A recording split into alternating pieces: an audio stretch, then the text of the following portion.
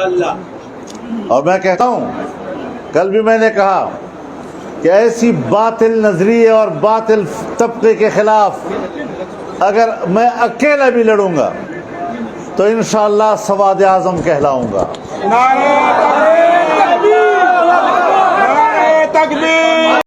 उन्होंने इदारे को इस्तेमाल करके हमारे खिलाफ झूठे केस नहीं बनाए,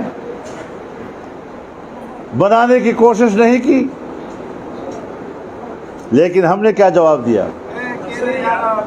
हमने कहा कि हमारे खिलाफ कोई भी फाइल आएगी तो हमें अपने किरदार का पता है, हमें अपने दामन का पता है कि वो कितना उजला और साफ है।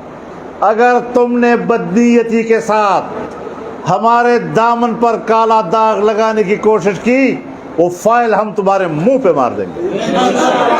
नारे तकबीर।